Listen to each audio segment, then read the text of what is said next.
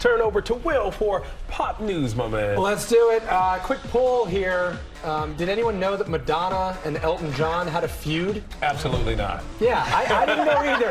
But apparently went on for 20 years. But we will begin right there. The Superstars making peace. They finally buried the hatchet. If you weren't aware of the feud, it does date back to 2002.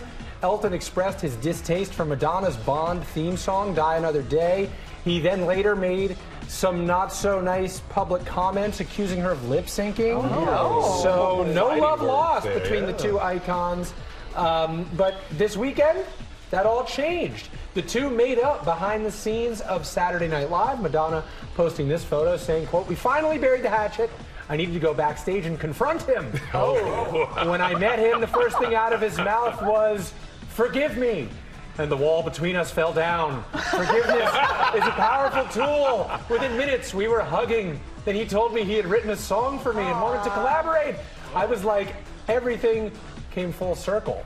Wow. And I'm excited to hear that collaboration. I have no idea what's real, what's kayfabe and all that, but we're excited if there's a real song.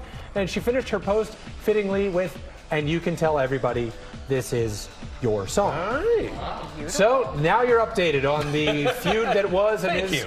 no longer. But And maybe there's music coming. maybe that would. I'm in on that. I mean, Elton John and Dua Lipa, the song they had, like, you know, Dua Lipa, sort of a modern day Madonna. In any case, moving on. We've got some brand new footage from Marvel's highly anticipated anti-hero movie Thunderbolts, and to celebrate tickets going on sale nationwide, Marvel gave fans a sneak peek of the villain or not superheroes will face.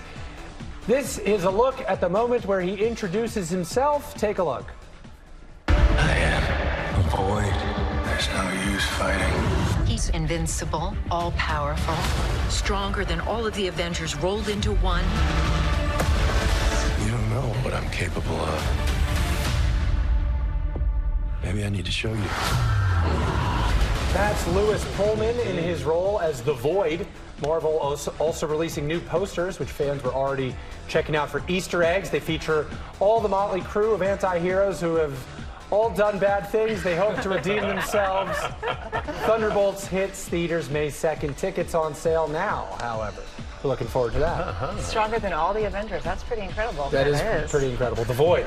That's where I go to scream. And if you've ever forgotten any belongings in an Uber, you will appreciate this one. I love this. The 2025 Uber Lost and Found Index was just released today, and it gives us a snapshot of riders' most commonly forgotten and most unique lost items. Everything. Everything? That's everything. Look at that in the picture. That really is a lot of stuff. The most forgotten items are ones you could guess. Phone, wallet, keys, all this stuff. I've lost so many headphones in Ubers that just slide out of the pockets, and there they go. I'm on number 5 in my Find My AirPods.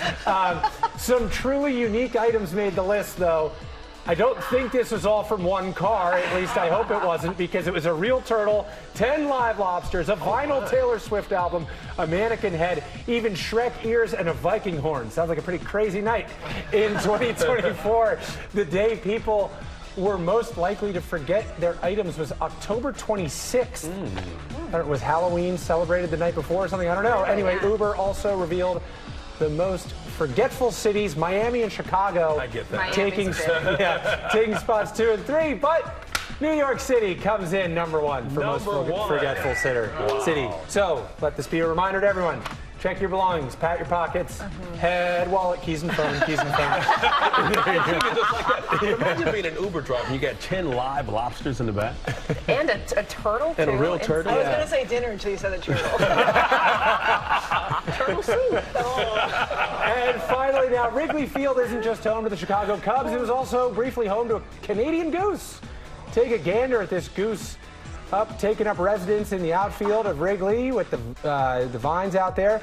Over the weekend, the Cubs were taking on the San Diego Padres. Cubs fans have affectionately named the bird Suzuki in honor of the outfielder with the same last name. And Wrigley Field's communications director told the Associated Press, "We truly mean it when we say everyone is welcome, including the goose and her nest, who took up residence in the bleachers." Going on to say the stadium worked with a local wildlife organization to keep the animals safe. Love it. Both games that Suzuki attended on Friday and Saturday The Cubs won, so that seems like we've got a good luck goose in Chicago. We will continue to monitor the situation as the spring turns to summer.